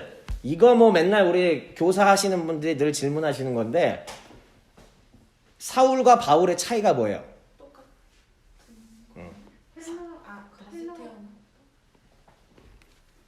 자, 사울과 바울의 차이가 뭐예요? 회심 전문가 해라는데 그게 아니라고 했어요. 그렇죠. 예. 여태까지는 그렇게 알려져 있는데 그게 아니죠. 사울과 바울의 차이.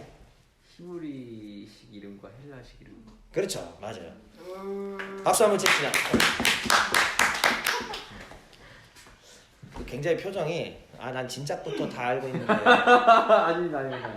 진짜 내가 이런 수준 낮은 거 대답하고 내가 이렇게 박수 받아야 돼. 약간 이런 표정이셨어요. 거만하게 지금. 아니. 자, 바울이 회심을 합니다. 그리고 나서 지금 우리가 살펴본 바대로 1차, 2차 선교 과정이 있었고 바로 이방 땅끝으로 가는 이방 지역으로 땅끝으로 가는 것이었고요. 고린도에서 1년 6개월 동안 사람들을 가르쳤습니다. 브리스길라와 아굴라도 만났고요.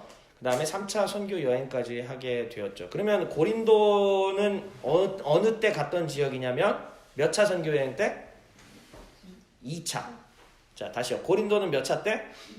네, 아테네 다음으로 간 곳이에요. 아테네다. 한 번만 지도 다시 보여드릴게요. 다시 한번 보세요. 여기 좀 너무 이제 좀 화질이 그런데 여기가 고린도예요. 여기 고린도. 이 펠로폰네소스 반도와 발칸 반도 이어지는 이 좁은 곳 있죠? 여기가 딱 고린도라는 곳이고요. 예, 여기서 이제 만났던 곳입니다. 오케이. 그래서 2차 선교 여행 때 가장 중요한 지역을 꼽으라. 당연 고린도입니다. 아주 긴 세월 동안 머물러서 성경을 가르쳤고요. 자, 그러면 바울이 이렇게까지 가르쳐서 공을 들인 곳인데 그 사랑하는 멤버들이 자기한테 칼을 들이대면 기분이 어떨까요? 끔찍합니다. 그렇죠. 그러니까 바울이 고린도에 굉장히 공을 들였어요. 근데 멤버들이 자기에 대해서 이제 대항하고 싸우니까 속이 참 터질 대로 터졌지. 자, 그 다음에 고린도서신 이제 배경지도인데 아까 말했듯이 자, 안디옥이 여기 기지였고요. 그 옆 아래 이제 여기 보이진 않지만은 예루살렘이 이제 본부고 안디옥이 기지입니다. 예, 그리고 여기가 바로 고린도. 예, 발칸 반도와 펠로폰네소스 반도 이 사이에 좁은 곳, 여기가 고린도라고 하는 곳입니다. 이게 고린도 배경이고요. 자, 이제 PPT 딱 3화면밖에 없어요. 자, 고린도에서의 민족 갈등이 있었다는 거, 요 화면 기억나죠? 이거 제가 보여드렸었는데. 예, 작년에 보여드렸죠? 뭐라고요? 처음 본다고요? 네.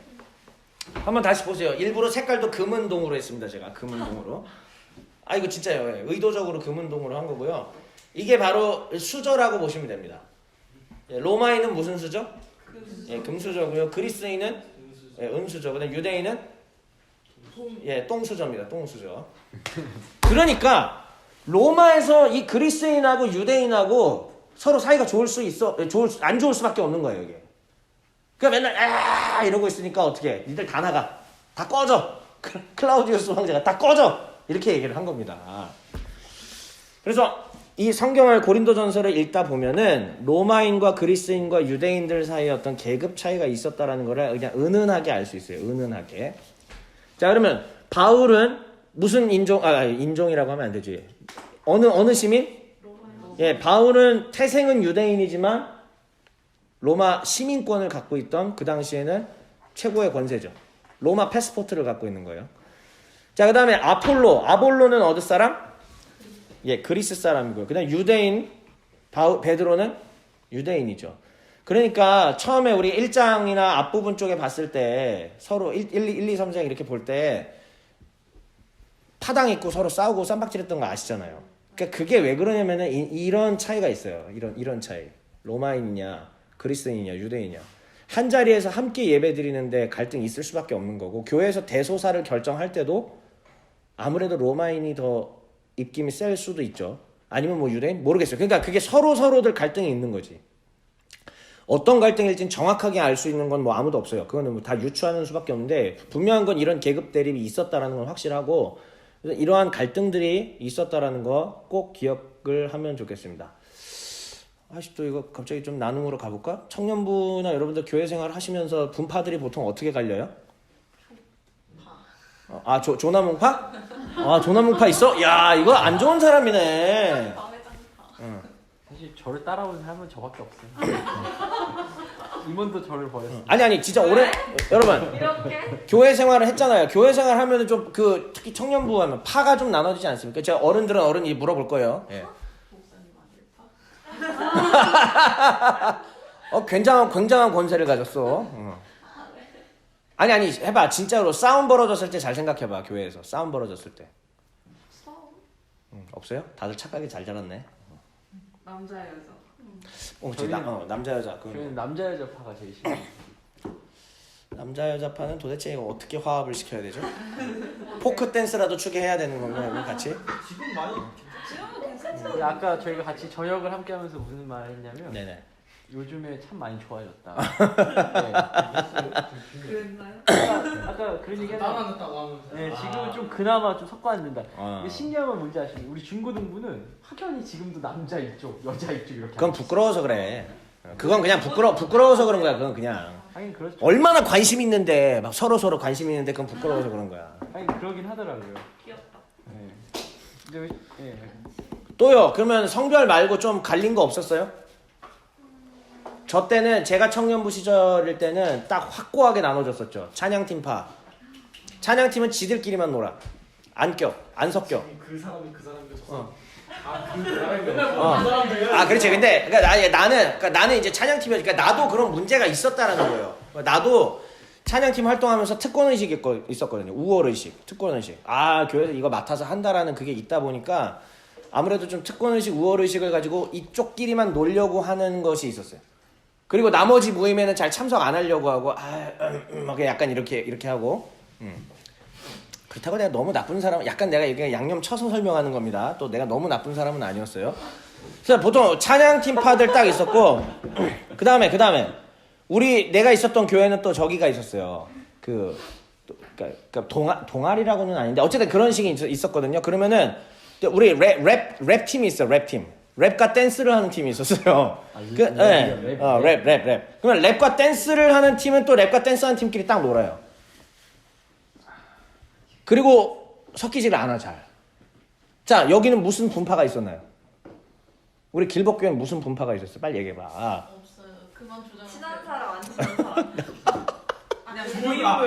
고인물파. 고인물파와 안 고인물파. 주류 비주류. 그래서 고린도 교회 내에 있었던 파벌입니다. 자, 보세요. 바울파, 아볼로파, 게바파, 그리스도파.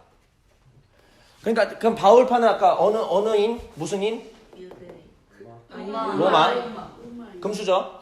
아볼로파는? 그리스. 게바파는? 이거 뭐야 대체? 그리스도는 뭐야 이거 대체? 이거 뭐야 이거? 제3당. 예? 제3당? 이게 제가 이제 어쨌든 그 고린도 전설을 학문적으로 좀 더 학문적으로 더 깊이 파면은요, 이게 이렇게 돼. 사실은 실제로 이런 파가 있었다라는 얘기가 아니고, 교회 내 기득권을 잡으려고 하는 사람들이 이 사람들의 이름을 빌어서 뭐 좀 그런 식으로 했다라는 주장도 있고, 사실상 전부 그냥 그리스도파. 이게 여기서 말하는 그리스도파는 뭐냐면 예수 그리스도 이런 개념이 아니고 영열광주의자들이에요. 그러니까 나는 뭐 그리스도파요. 우리가 고린도전서 보면 나오잖아요. 근데 그게 사실상 영열광주의. 왜냐면 뒤에 가보면 우리가 은사 이야기 나오면서 문제 일으키는 거 나오잖아요. 그러니까 그게 뭐냐면은 영적으로 누구는 체험했느니 누구는 체험하지 못했느니 가지고 계급과 서열이 딱 나눠져. 그러면서 영적으로 열광주의자들이 전체를 다 지배해버리려고 하니까 거기서 계급과 이런 것들이 발생했다라는 이야기죠. 근데 사실상 이 전부가 다 영열광주의자들을 이렇게 그냥 표현한다라는 학문 주장이 굉장히 큰 우세한 주장이긴 해요. 근데 그냥 성경 텍스트만 봤을 때는 이 네 개의 분파가 있는 걸로 보이죠, 확실히. 근데 거기에 백그라운드에는 사실상 영열광주의자들 하나였을 수도 있다. 이렇게 볼 수도 있고요. 아무튼 근데 우리는 그냥 텍스트대로만 봤을 때는 이러한 분파들이 서로 갈등을 빚고 있다. 그리고 교회 내에서 이러한 문제들이 빚어지고 이것은 비단 2000년 전 고린도 교회 문제만이 아니라 오늘날 우리에게도 동일하게 이루어지고 있는 문제다라는 걸 알 수 있고 이게 마지막 화면입니다. 그래서 1주제는 뭐냐면 교회가 분열이 됐다는 이거 지금 뭐 개바파, 아볼로파, 바울파, 그리스도파 교회가 분열됐다. 근데 바울은 연합을 권면하는 거야. 왜? 예수 그리스도께서도 십자가로서 연합하게 하셨다는 얘기죠. 그러니까는 너희들은 지금 지혜를 추구하기 때문에 교회가 분열된 거다. 왜냐면 니들이 서로 잘났다고 생각하고 니들이 옳다고 생각하니까 그게 지혜로운 거라고 믿지만 실제 지혜는 뭐냐? 십자가에서 죽는 게 지혜다. 이거는 그 당시에 시대 정신을 넘어서는 얘기거든요. 그러니까 대단히 파격적인 얘기인 거예요. 바울 이게 이 당시의 입장에서는. 다시요. 제2차 소피스트 운동이 일어났던 때야. 그러니까 전부가 다 진중권이라든지 유시민이라든지 이게 돼서 말로 이겨야 되는 거. 그러니까 그게 제일의 미덕이라고 여겨졌던 세상인데 그냥 갑자기 뭐냐면 백분 토론 같은 데 나가서 제가 잘못했습니다. 아니 그런 백분 토론 본 적 있어요? 여기랑 서로 그런 거 본 적 있어? 자꾸 자기가 여러분 백분 토론이나 이런 토론 프로그램 보십시오. 무조건 자기가 이겨야 되는 걸로 합니다. 그리고 방송도 그걸 원하죠. 그런 식으로 PD들이 요청을 하죠. 그런데 바울은 지금 뭐라고 얘기했냐. 그래서 제가 기다리는 게 뭐냐면은 토론 프로그램 나와서 그러니까 진짜로 그거를 다 감당하고 지는 참된 기독교 패널을 보고 싶은 거야. 그러니까 싸워야 될 것들은 당연히 싸워야 되는데 그냥 그걸 끌어안고 져보는 사람이 나오기를 바라는 거지. 조금만 더 제가 문학 이야기로 이제 갈게요. 김진명 소설가가 쓴 고구려 읽어본 사람. 김진명 소설가가 쓴 고구려의 이야기는 자 봐요. 고구려가 정말 이게 저한테는 그랬던 게 뭐냐면 이 고을불이 주인공이고 그의 손주가 이제 우리가 그렇게 잘 알고 있는 소수리망이에요. 소수리망 국사 시간에 배운 거 뭐지?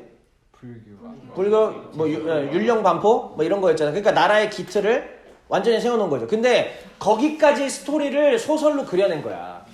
근데 뭐냐면은 이 고을불이 이제 그 영웅이야. 이 사람은 당연히 알렉산더 대왕 같은 최고의 무사야. 영웅이야. 근데 이 손자였던 고구부가 소수리망인데 이 사람은 고구려를 진짜 그 법으로서 통치하는 불교와 율령으로 제대로 나라답게 만들어냈죠. 그 중간에 있었던 구부의 아버지 고사유입니다. 이 고사유가 했던 정책이 뭔지 아세요? 자 다시요. 나라를 다시 일으켰던 고을불은 천하의 무사. 그의 이름만 들으면 주변 모든 민족이 벌벌벌벌 떠는 무사. 그리고 이제 손주는 그러면 그 사이에 있었던 고사유 아들 어떤 아들이었을 것 같아요? 딱 느낌이. 무능 그 끝판왕이었습니다. 근데 김진명 소설가가 다루는 게 뭐냐면은 사실은 무능한 게 아니라 고구려가 선비족이랑 그 다음에 뭐 각종 다른 여러 나라들이랑 중국이랑 계속적으로 국경에서 뭐 계속적으로 이런 전쟁이 벌어지고 지금 을불은 자기가 영웅이기 때문에 이거를 이뤄냈지만은 그 대대로 계속 그 평화가 이어진다는 건 아무도 보장할 수 없는 거예요. 그러니까는 고사유라는 아들은 뭘 생각한 거냐면 내가 당해서 내가 정말 이거 되게 우리는 속 터진 얘기예요. 사실은 내가 진짜 당해서 선비족과 여기와 다 잘 지내겠다는 얘기. 대소신료들이 어땠을 것 같아요? 난리 났죠. 고사유 꺼져라부터 시작해 진짜 완전 반역 직전까지 갔어요. 그의 동생을 또 이렇게 옹립하려고도 했고, 그 다음에 제가 말을 다 하지 못하는 굉장히 이 좀 잔인하고 이런 것들이 막 있었어요. 굉장히. 근데 결국은 이제 후대가 그 소설에서는 그 소설가가 그 뉘앙스를 비춰주는 거죠. 고사유가 사실은 진짜 영웅이었다는 거죠. 그러니까 진짜 이 평화로운 세대를 만들기 위해 했던 그의 노력이 굉장히 큰 의미였다. 근데 저는 그 소설을 읽는데 계속 고린도전서밖에 생각이 안 나서 이게 몇 년 전에 읽었던 거거든요. 이거 보는데 이것만 떠오르는 거야. 바울이 얘기했던 이거. 그래서 구부가 그 평화로운 세상 속에서 아버지가 고사유가 머리 숙여주는 거야 계속. 그 사이에 이제 구부는 전 세계를 돌면서 불교와 이런 거를 배우고 갔고, 그래서 나라를 이렇게 흥왕하게 만든 거야. 십자가가 생각이 나는 거죠. 백분 토론에 나와서 그런 기독교인은 아직도 못 봤어요. 내가 다 본 건 아니지만 아직 못 봤고, 아니면 꼭 백분 토론이 아니더라도 그런 데서 이 자세를 보여줄 수 있는 분을 꼭 만나고 싶고요. 난 여러분들이 그랬으면 좋겠습니다. 네, 여러분들이 교회 내에서 그러니까 의사결정과 이런 것들이 있었을 때 이거를 보여줄 수 있는 사람들이 많아질수록 굉장히 아름다운 교회로 바뀌었을 거예요. 네, 십자가의 정신. 그게 바로 이제 1주제고, 2주제는 성윤리 신학 보셨다 그 차차 이제 살펴보고, 그 다음에 우상숭배 먹을 건가 말 건가, 이런 믿음이 강한 자 약한 자 이 문제였고요. 믿음이 강한 자 약한 자는 로마서에도 나왔던 얘기입니다. 그 다음에 이제 예배 신학, 예배 때 있었던 무질서 기억나죠? 머리에 쓰냐 마냐, 잠잠하라 마라, 전부 다 뭐에 대한 얘기였다? 여자를 무시하는 얘기가 아니라 뭐에 대한 얘기였다? 예배 신학, 예배 질서, 예배에 있었던 무질서에 대한 이야기였다라는 그 지역적인 특징적인 지역의 어떤 그 매여 있는 그런 이야기들이었다. 보편적 얘기가 아니라 그런 얘기입니다. 그 다음에 5주제가 부활이었고, 마지막에 돈 내놔. 나 헌금 내! 이제 이렇게 하고 얘기가 끝나는 것이었습니다. 자, 일단 준비된 얘기는 여기까지였고요. 질문과 그 다음 느낀 점 각자 오늘 얘기하고 마칠게요. 먼저 질문 한번 받아볼게요.